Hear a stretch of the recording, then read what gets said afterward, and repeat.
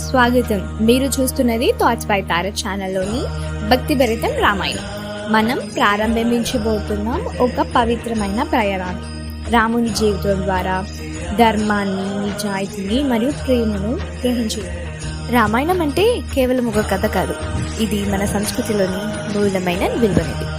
మహర్షి వాల్మీకి రచించిన ఈ కావ్యం మనిషి ఎలా జీవించాలో, ఒక రాజు ఎలా పరిపాలించాలో మరియు ఒక మనిషి ఎలా ధర్మబద్ధంగా ఉండాలో నేర్పిస్తుంది. ఇది ఆదర్శ కుటుంబాల సంబంధాల ప్రేమ, త్యాగం మరియు నిస్వార్థాలకు నిదర్శనంగా నిలుస్తుంది. శ్రీరామాయణం అనేది భారతదేశపు పురాతనమైన మహాకావ్యంలో ఒకటి. దీనిని మహర్షి వాల్మీకి రచించారు. ఇది శ్రీరాముడి జీవితం, ఆయన ధర్మం, భక్తి మరియు శత్రులపై విజయాన్ని వివరిస్తుంది. ఈ కథలో మనం చూసేది ఒక ఆదర్శ నరుడిగా శ్రీరాముడు ఎలా జీవించాడు మరియు మన జీవితాల్లో కూడా ఆ విలువలు ఎలా వర్తిస్తాయి. ఈ భాగంలో మనం రామాయణం మూలాలు, రచయిత వాల్మీకి గురించి సమాచారం తెలుసుకోబోతుంది. వాల్మీకి మొదట తపస్సు చేస్తున్నప్పుడు ఒకరోజు క్రూరమైన సంఘటన చూశారు. కోయిల పరాలని వదిలించడం. అప్పుడు ఆయన మనసులో కలత చెందింది. బాధతో స్పాంటేనియస్ గా ఒక శ్లోకాన్ని పలికారు.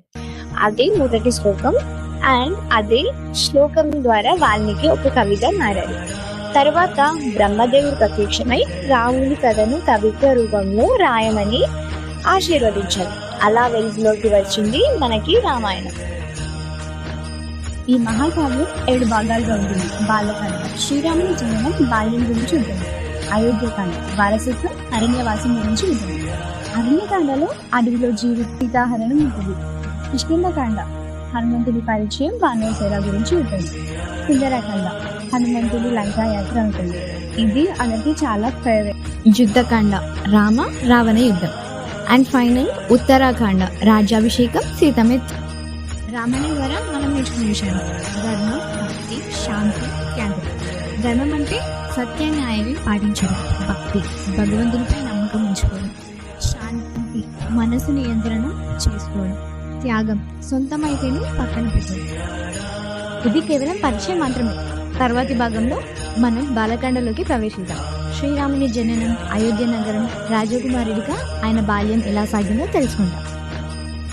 మరొకండి, ప్రతి శుక్రవారం కొత్త భాగం వస్తుంది. మీకు ఈ భాగం నచ్చితే లైక్ చేయండి, షేర్ చేయండి, కామెంట్ ద్వారా మీరు అభిప్రాయం చెప్పండి. మళ్ళీ కలుద్దాం తర్వాతి భాగంలో. జై శ్రీరామ్.